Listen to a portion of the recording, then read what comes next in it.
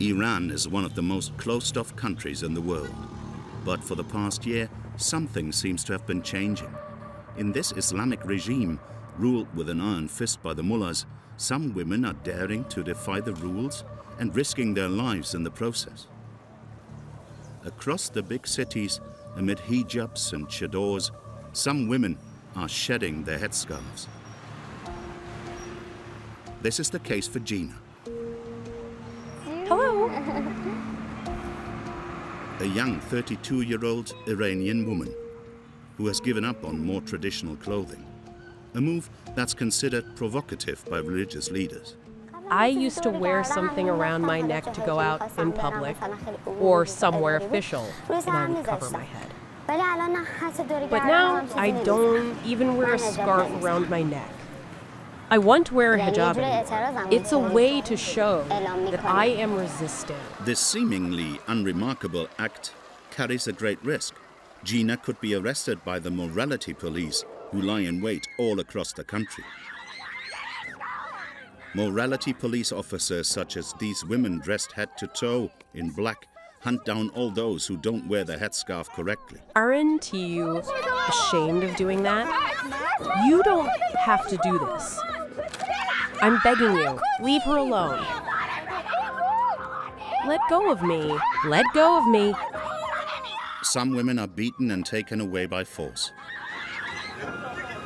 Grab her, grab her.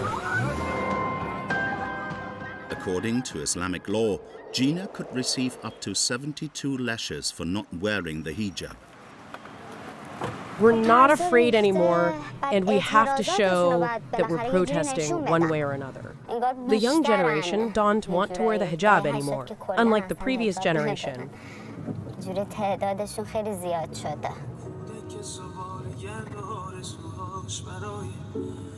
This song supports the young woman's claims. To be able to dance freely, kiss freely, for our brothers and sisters, to change this backward way of seeing things. Those in power immediately banned it, and its singer was arrested. For freedom. For freedom.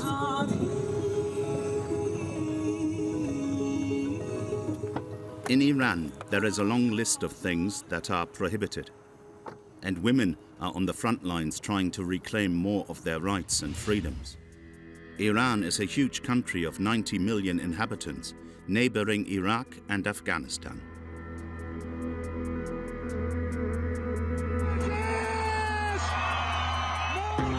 Since September 2022, an unprecedented rebel movement started by women has been shaking the Islamic Republic. Freedom, freedom, freedom. Freedom, freedom, freedom. Freedom, freedom, freedom. It all started with the murder of Mahsa Amini, a young 22-year-old woman who was beaten to death by the authorities because she wasn't wearing her hijab correctly. A photo taken at the hospital a few hours before her death did the rounds on social media. Mahsa Amini was a model student and would go on to become the symbol of massive protests. She was innocence personified. This was a young, beautiful, provincial woman who came to Tehran just to visit the capital. Many Iranian women saw themselves in her tragic story, and this crystallized the already huge anger that Iranians were feeling. Some women removed their hijabs as a form of protest, and some even went as far as burning them with the support of some men. A profound fury took hold of the country, including in universities. Amidst the chaos, a slogan emerged: Woman, Life, Freedom. In response to their protests, the authorities fired live bullets.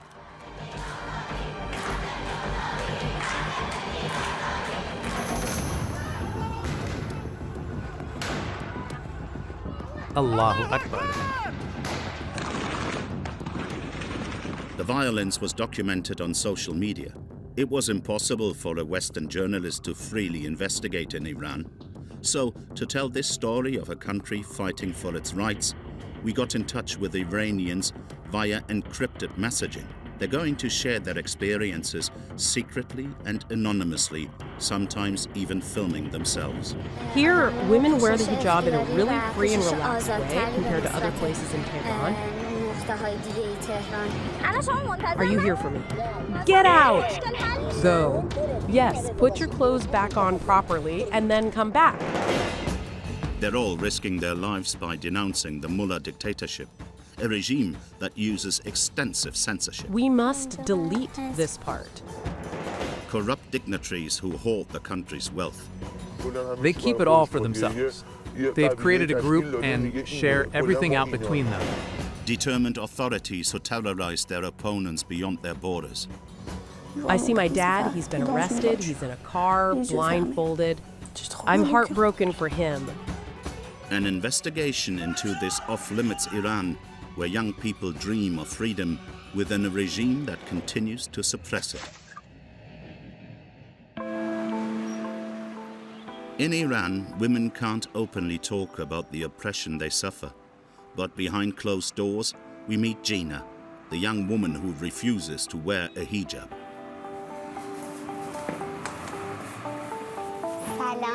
Hi, girls. May God bless you. This afternoon, she has gone to the beauty salon. Have you been there a long time? Sit down, please. A small slice of freedom far from the conservative and repressive Iran that lies How are outside. you, girls? Yeah, great. See this color? I love it. Yeah, you're right. It's great. Within these walls, women can discuss and laugh about anything at all. When you go out without the hijab, you have to do your hair, put some oil in it. But you do it for yourself. You're not doing it for men to look at. They're going to fall out.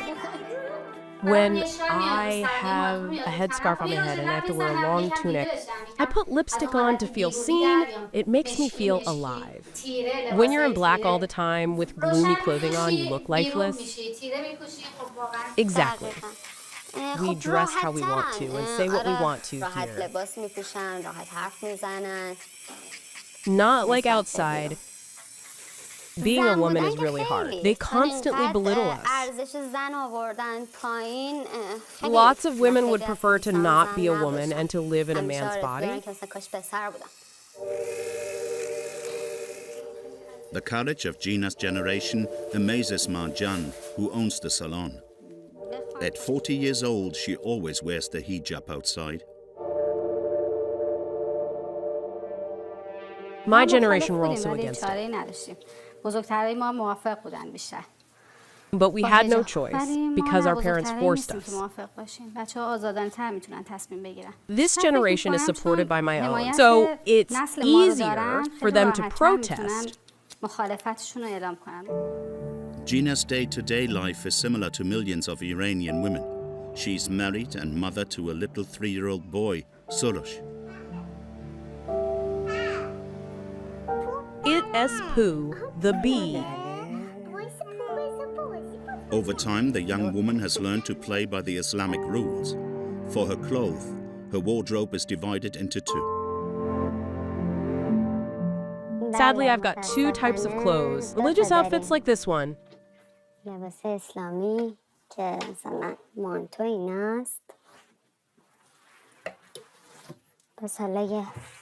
And in another wardrobe, these are the outfits I wear around the house or when I'm invited to a party. I would like to only wear dresses like this one. Like all women and girls around the world, I would like to dress like that to go out. Not in the clothes they make me wear. It's a horrible feeling. Her husband condemns a regime that wants to control everything, even when it means hiding the reality of the country. نه به اخبارش میشه اعتماد کرد، نه به هیچ چیز دیگهش، واقعا به هیچ چیه اینا کلا، نه به تلویزیونشون، به هیچ چیشون و به هیچ جای این حکومت نمیشه اعتماد کرد. It's impossible for young people to speak about their wish for freedom in the media. So in recent months, Once night falls, Iranians like Djina have taken to shouting their anger from their windows. Death to the government that's killing our children? Down with the dictatorship. It's an easy form of resistance, like taking off the hijab.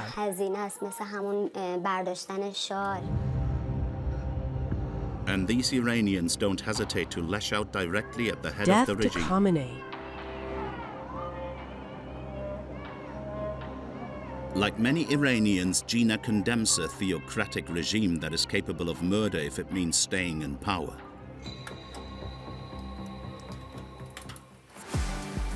The faces of religious leaders are everywhere on the streets of the capital city, Tehran. Huge posters remind people of passages from the Quran. The mullahs have been imposing Islamic law, or Sharia law, on the whole society for the past 44 years.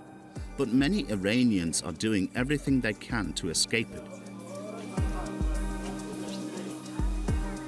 Mariam, who also refuses to wear the hijab, wants to show us this new, rebellious Tehran that infuriates the mullahs. Hello? How much is this? 480,000 tomans. On a city center street, lingerie shops, which were once hidden from public view, now have shop displays that are considered risky. Before, they hid the display behind fabric, but they've taken it away, which I find interesting. The conservative authorities even seem to have lost ground in the rich neighborhoods of northern Tehran.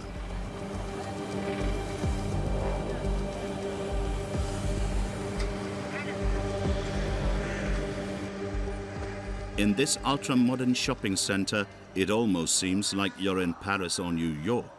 Mariam can buy all Western fashion has to offer. Jewelry, luxury watches, and even dresses by leading brands. I'm in the Palladium shopping center.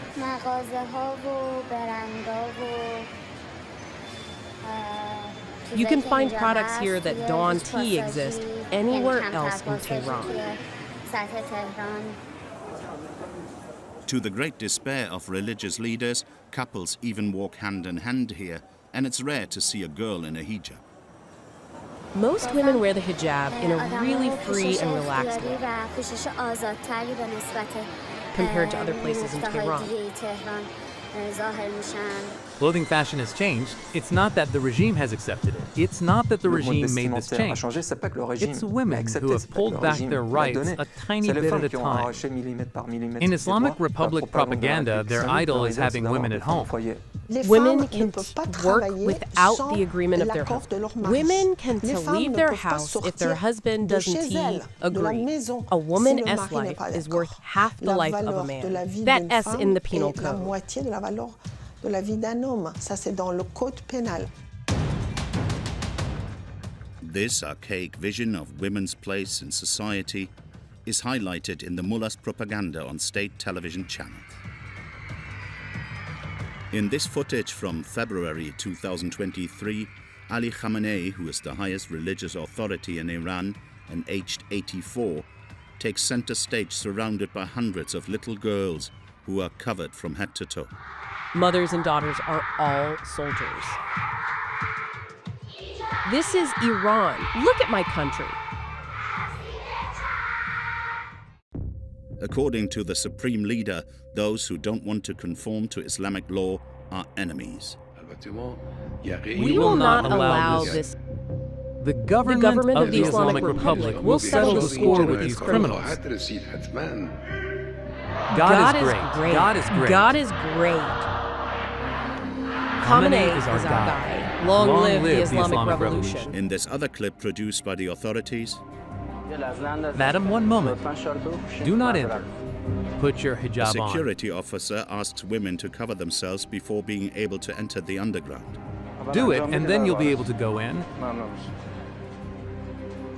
Thank you. There's a deep dichotomy between Iranian society, which is one of the most liberal in the world, and the regime, which is one of the most backwards. As well as oppressing women, the regime enforces mass censorship. But this is another area in which Iranians are resisting.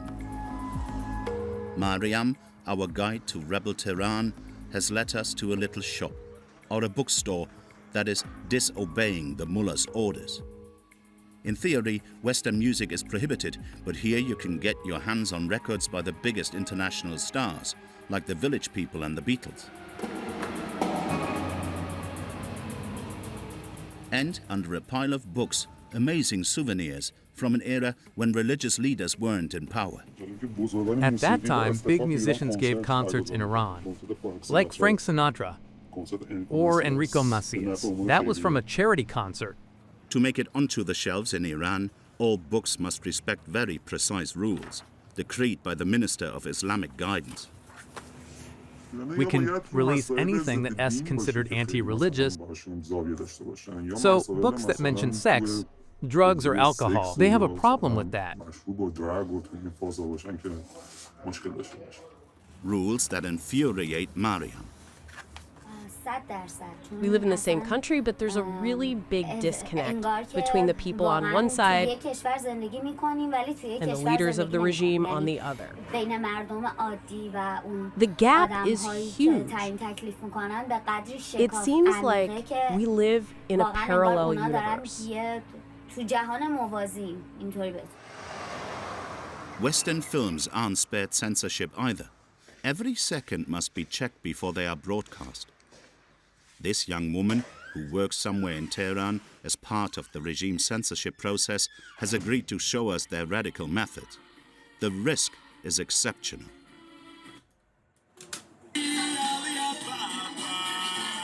Lots of Hollywood blockbusters have passed through her hands, including one of the biggest successes in the history of cinema, Titanic. For a censor, Titanic is a relatively easy film. Their clothes are quite appropriate, apart from in a few scenes. Like in this cult clip, where the leading lady is wearing a nightdress that is deemed to be too sexual. It's a really important scene, the drawing scene. You mustn't be able to see the folds of the breasts, and even if it's not visible, the women's neckline must not be too low cut. I'm going to try and all the shots of zoom the in. heroine undergo the same treatment. They're reframed to make her chest disappear. The shoulders can be visible, as long as we can see the fold of the underarms. But sometimes a scene is too revealing and zooming in won't suffice. We must delete this part.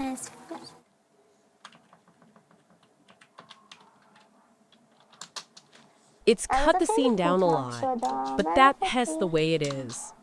You know, in Iran, there are no uncensored films. I'm sacrificing myself by watching them before release. I'm going to hell so that others can go to paradise. That's just the way it is. These ultra-purist rules infiltrating the everyday life of Iranians have not always existed. At the start of the 1970s, the streets of Tehran looked like this. Women wore skirts and the hijab was a rare sight. At that time, Iran was a monarchy. Their king, the Shah, Mohammad Reza Pahlavi, wanted to westernize his country. Azadeh Kian is Iranian. Now a refugee in France, she grew up in the Shah's Iran. No one came up to you on the street to ask you what you were wearing, who you were going out with or walking with, etc. When I tell my son now that when I was 15, we went dancing in discos that were reserved for young people my age to go after school, he doesn't believe me. However, the Shah ruled his country as an authoritarian. He suppressed any opposition and monopolized all wealth, while most of the Iranian people lived in great poverty. In 1978, at the end of their tether, the people rose up and demanded an end to the Shah's dictatorship.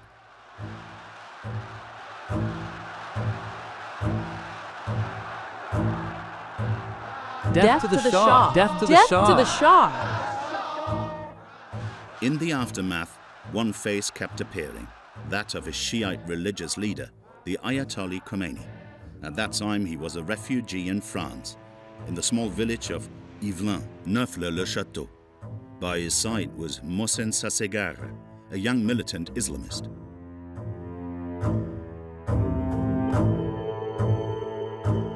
I was only 22 years old, and very impressive for me that 78 years old clergy who was at the focal point of most of the news of the world and at the leadership of a revolution. Journalists from around the world rushed to film this man as he prepared to overthrow the Shah. The press even described him as a freedom fighter. Ayatollah Khomeini could subject the creation of the Islamic Republic to a popular vote. A republic that will guarantee all freedoms of expression, thought, worship, or ideology, even Marxist. These promises were never kept.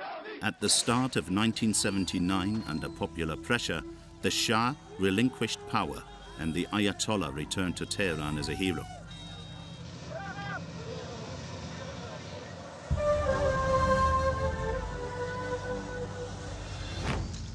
Then he founded the first Islamic republic in the world, with a parliament and a president, just like any democracy.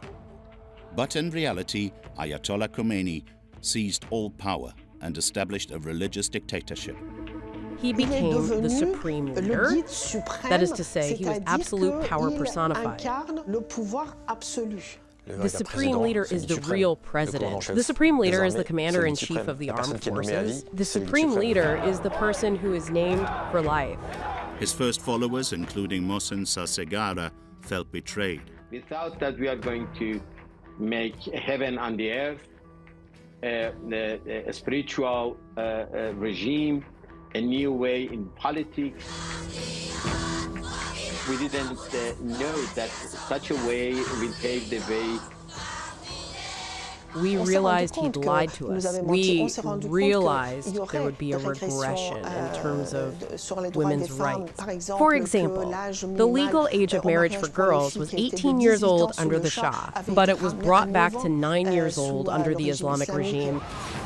The world was outraged and Iran withdrew from the international stage.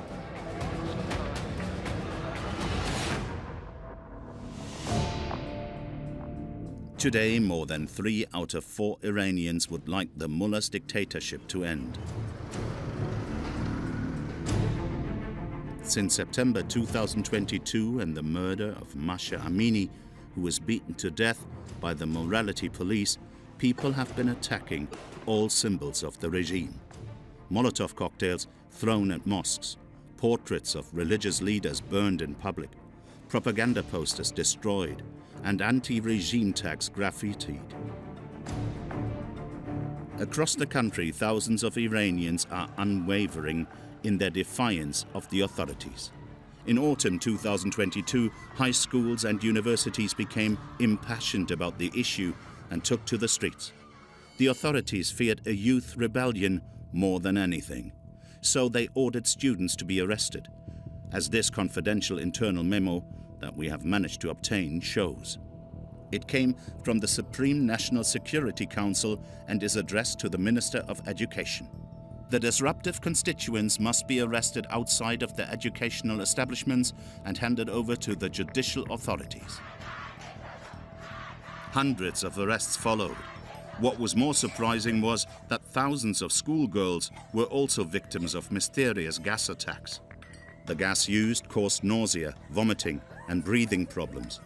Despite strong suspicions against them, the authorities denied all involvement.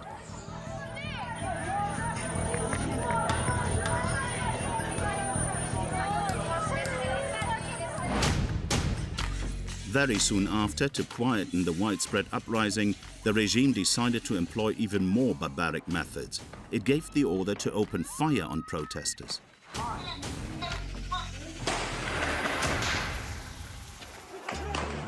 Those in power used weapons of war against its own people.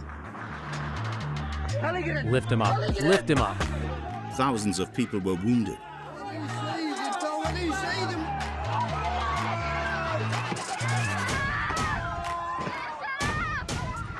As soon as you step foot in the street in Iran to protest, to oppose the regime, or even if you sing the shortest slogan against the supreme leader, you risk your life.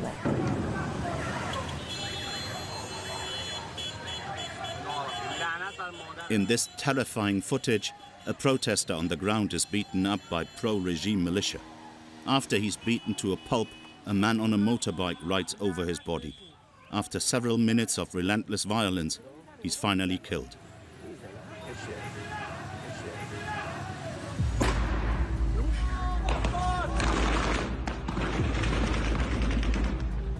These scenes of extremely violent repression happen over and over again across the country and leave hundreds dead. 530 people dead, including around 60 children and 38 women.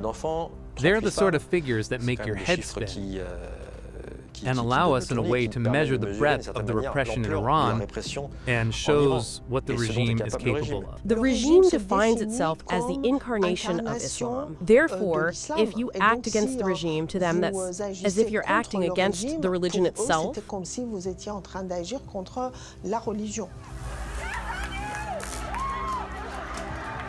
In only 6 months, at least 20,000 people were arrested.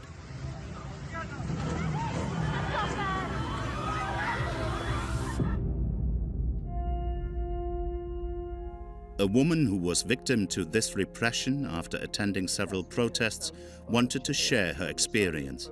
She dares to speak out because she has managed to flee Iran. I've decided to speak out because the world needs to understand what's happening in the Islamic Republic. Elahi is a young human rights activist who has already been imprisoned several times, notably in the dreaded Evin prison in Tehran. When you're in prison there, firstly they interrogate you, then they put you in isolation. They give you 2 ruined and dirty blankets, so you put one over yourself and use the other as a cushion. Most of the country's political and intellectual prisoners are being held at Evin. In this prison footage, which was accessed by a group of hackers, detainees can be seen being dragged across the floor, hit and squeezed into cells.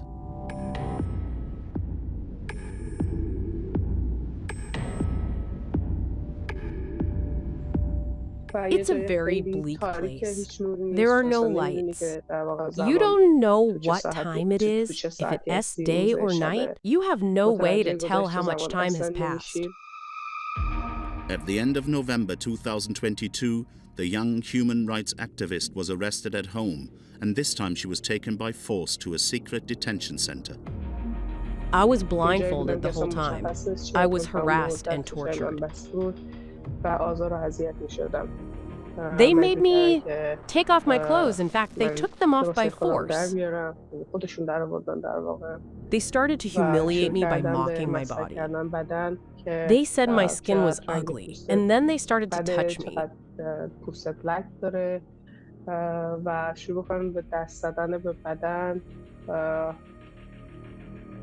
Elahi was a victim of sexual assault. I'm really sorry. These pro-regime militia, whatever they're fucking called, what they want is to destroy the souls of women and scare others. The regime is only holding on through fear. It's important to understand that this is a psychological war led by the regime against its own citizens to eventually establish a regime of terror. This sexual violence and mass imprisonment has one precise goal: to terrorize the people of Iran. And the regime has gone even further. It makes heavy use of the death penalty.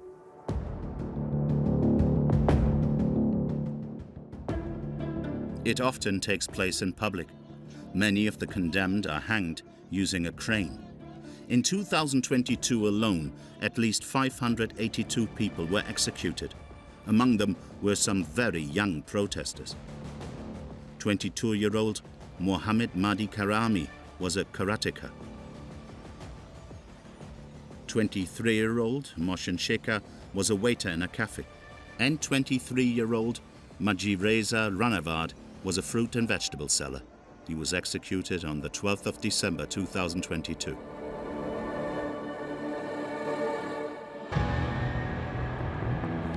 None of the people who were publicly hanged had the right to a fair trial. And because of this, Iranian lawyers are also targeted. There's your photo with the hijab. Ah yes, the hijab. Ehsan Hosseinzadeh and his wife Sohila are both refugees and have been living in France since 2019. They had to leave their country with their little boy after receiving death threats for defending protesters. Sit down here. 7-year-old Ayan is in his first year of school and is learning to read. Go on, read. Papa est parti quand papy est arrivé. Do you remember Iran, Ayhan? Yes. Oui. What do you remember? The Azadi Tower. What does Azadi mean? Liberté. Freedom. The family had to leave in a hurry, so they could only bring a few keepsakes with them. That is our law office in Tehran. A few days before they left, Ehsan was intimidated in the lobby of a luxury hotel by officers of the regime. I saw two people, and they started to interrogate me.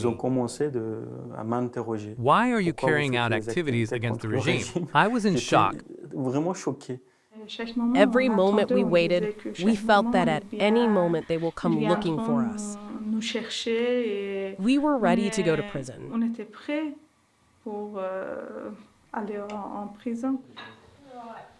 The threats were serious.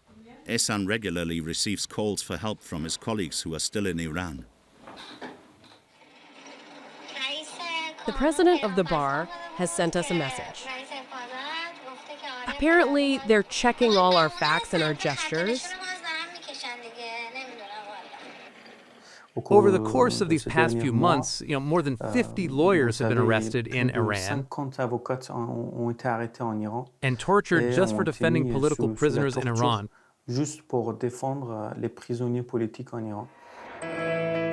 According to Ehsan Hosseinzadeh, most of the condemned people hadn't done anything wrong. These people aren't criminals. They're citizens who wanted to protest against the regime, but the regime can accept that 80% of its society are against them. 80% de la société qui sont contre le régime. And to judge the protesters, the regime uses special jurisdictions, revolutionary tribunals. In these sham trials, which are broadcast live on television, the accused have just a few minutes to defend themselves, and the magistrates enforce religious law. We aspire to and try hard to administer justice, thanks to God and according to the will of God. The main mission of these tribunals is to protect the existence of the Islamic Republic. The judges aren't independent. The lawyers that attend the hearings are lawyers who have been chosen by the judicial authorities. In this footage, Mohammed Mahdi Karami, a young 22-year-old man who took part in protests at the start of November, is accused of having killed a member of the religious police. The martyr Sayed Rohollah, a Djimian member of law enforcement, was trying to regulate the crowd and re-establish use of a bus lane. He was attacked by one of the troublemakers in a terrible and dishonorable way and was a victim of several stab wounds. The accused also chanted anti-government slogans in an attempt to create chaos. He's been accused of Mohareba, war against God. That means he'll be punished in a very violent way by execution. On social media, Mohammed Mahdi Karami's parents begged the authorities to spare their son. I'm Mohammed Mahdi Karami's father. My son has been sentenced to death. Beg you to stop his execution. I am his mother, and I'm asking you to please stop his execution. Despite their calls for clemency, that their son would be hanged just 2 months after his arrest. Since the protests have started, the number of hangings has practically doubled.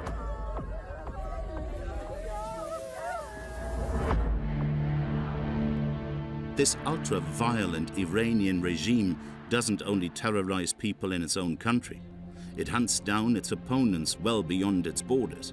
In November 2022, the British Secret Services warned the whole world during this press conference. Iran projects threat to the UK directly through its aggressive intelligence services.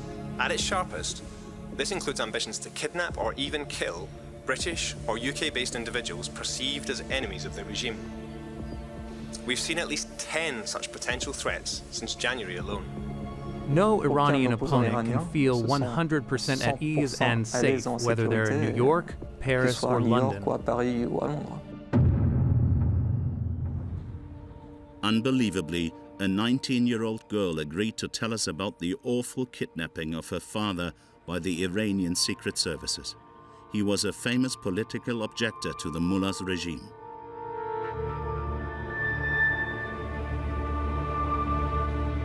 I miss him. I always think I'd love him to come back just for one moment.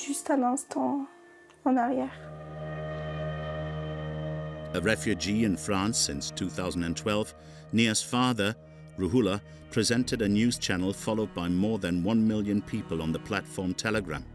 There, he condemned abuses of the Iranian regime. He was the regime's #1 enemy.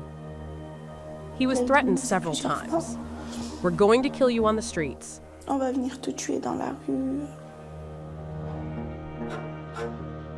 After receiving death threats, Ruhullah was under police protection in France.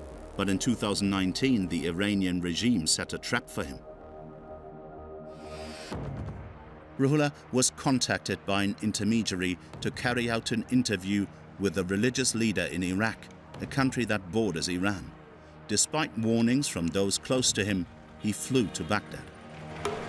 On the Saturday night, he called and told us, I've arrived in Iraq, I'm at the hotel, everything's fine. And on Monday, I was at school and I got a message from one of my Iranian friends that said,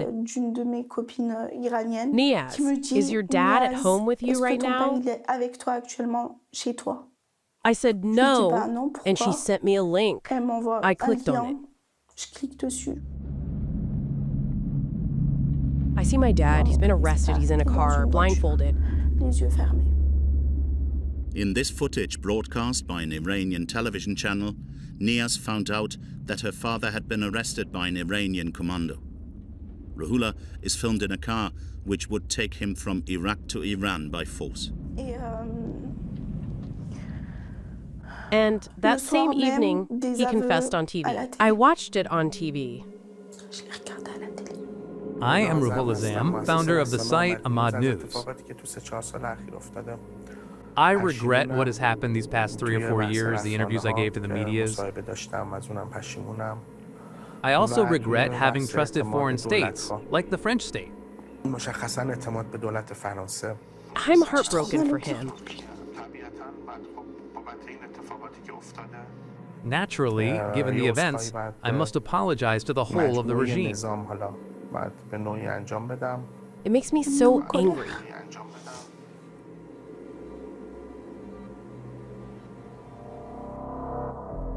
The pro-regime press celebrated Ruhullah's capture.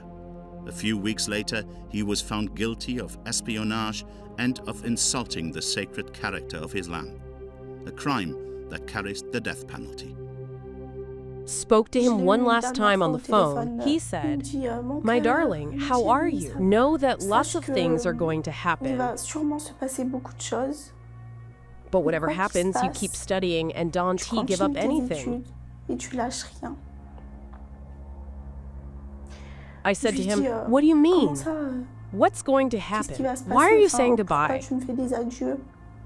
I asked him when is prayer time, because in Iran, they execute at prayer time. So morning prayers at 4:30 to 5 a.m.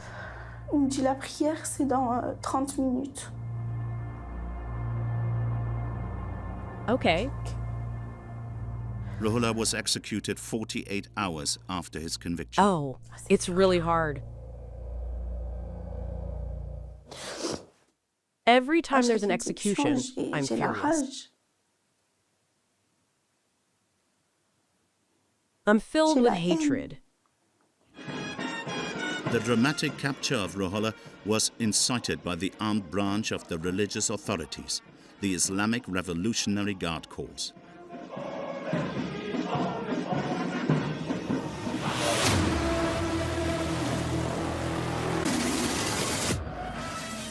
This elite group, made up of 125,000 men, has land force and even its own marine. In 2019, the American government listed the paramilitary group as a terrorist organization.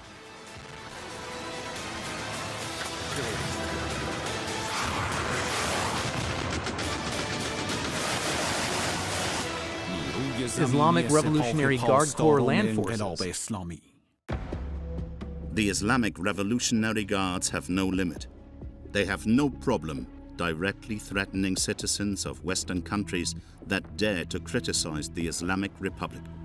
In January 2023, when Charlie Hebdo published caricatures of Iranian dignitaries entitled "Mullahs, Go Back Where You Came From," the commander-in-chief of the Guards, General Salami, named the journalists of the weekly publication as targets and called for them to be killed. The objective of the Revolutionary Guard Corps is to protect the regime.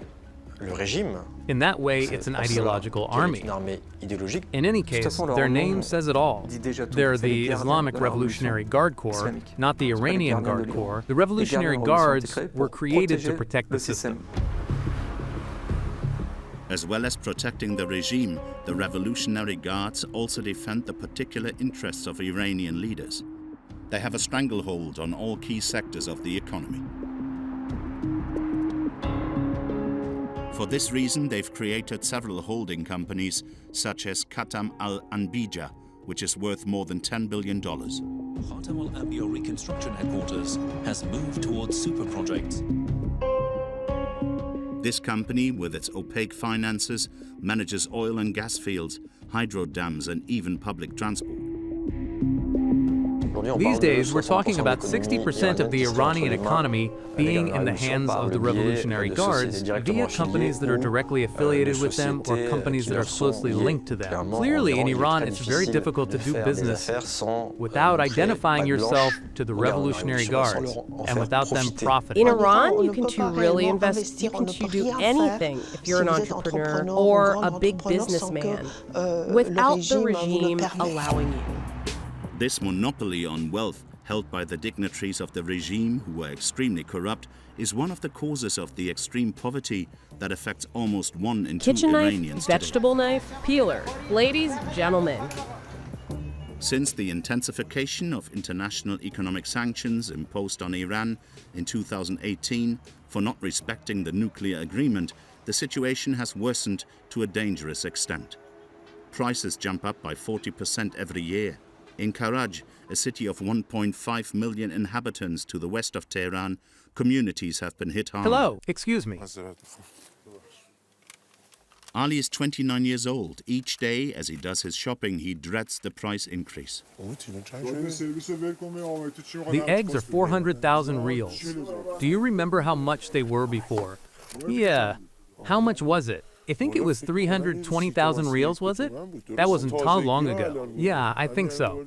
In 2 days, it's already gone up. Well, wait and see what it is in a few more days. My God. With this rampant inflation, Ali can't even afford certain basic foods. For example, fish. Don't eat fish anymore. And even basic dishes, like a bolognese, now I make that with soya. I don't eat much pasta with meat. Maybe 1 a month. The value of Iranian currency, the rial, is constantly falling. It's worth 10 times less than it was in 2018. It falls every month, every week, every day. When you're part of the middle class, you're getting poorer day by day.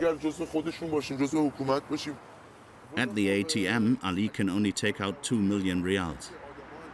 That's the maximum I can withdraw. That's worth €7, rather than the €70 it was worth 5 years ago. I'm really worried. As a young man of 29, I don't have a future.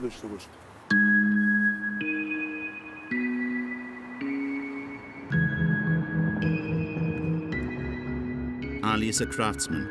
He makes fabric dolls. Once a week he sells them on a stall set up at the side of the road. Please take a look. Those in that box are $450,000, but I can do you a deal. And that one? With the jumper around the base, that S 100,000. But at the moment, business isn't good. No one can afford to buy anything. The situation is getting worse. It's not a crisis, it's a catastrophe. Like most Iranians, Ali has had to get a second job in order to survive. So he also works as a taxi driver. I've been doing this for 7 or 8 months now.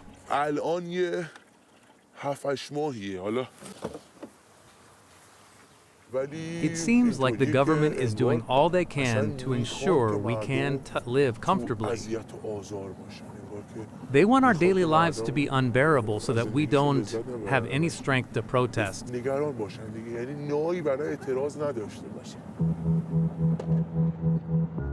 Ali may well hate the Islamic Republic, but he makes them richer every time he has to fill his tank up.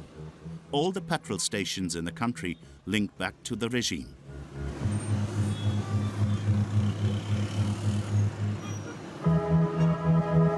This will belong to either a member of the government or a member of the guards. They're involved in everything. They keep it all for themselves.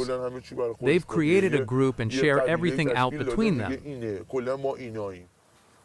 Every day, Ali spends more than 10 hours in his car, only to make the equivalent of 10 to 15 euros a day. I want to leave the country. Today, you can ask anyone, and they tell you they'd like to leave the country. This impoverishment of the Iranian population is widespread. As well as affecting people in the big cities, it hits those in rural areas hard too. We're headed to Djina, in the north of Iran. In this more traditional agricultural inland area, people are starting to also have doubts. Yet, they still attend the mosque every Friday.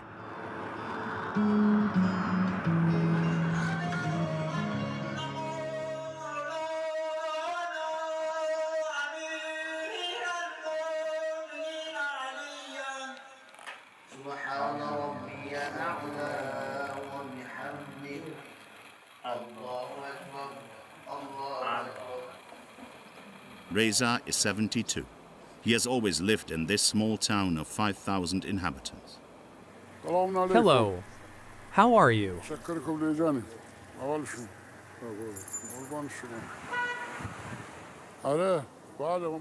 I know everyone here. These are devout people, they work hard. Father to 5 children, Reza mainly makes a living from his garden. Hey, what's wrong with you? And his animals.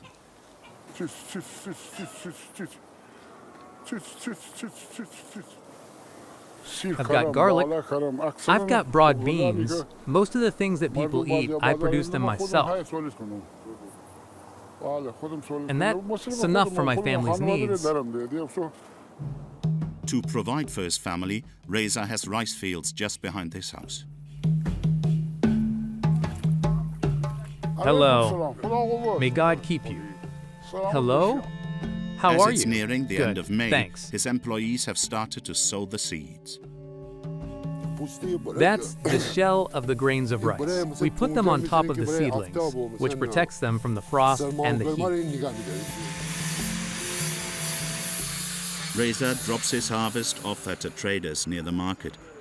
You can find all the typical products of Djina along these market stalls. But Reza is worried, since the price of rice keeps going up.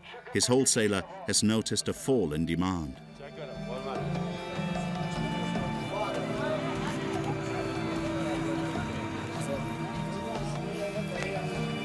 Hello. For the rice, it's been 7 months since we've had a buyer. There's very little activity right now. People aren't coming to the market as much. No one has any money to come and buy anything here. As a result, bags of rice are piling up in the back of the shop. How much is that today? That 800,000 reals. Okay, and here's the smoked rice. Ah, that's smoked. And how much is it? That 1,000.000 reals, but we've no buyers. We've been living on our savings for 9 months now. 90% of people don tea, anything other than bread now. This anger is spreading all over the country. According to an independent study by Gaman, a specialist polling institute in Iran, fewer than 2 out of every 10 Iranians today support the religious authorities. But a year since the death of Mahsa Amini, there is no let-up in their repression. According to the NGO Iran Human Rights, almost 500 people have already been executed since January 2023.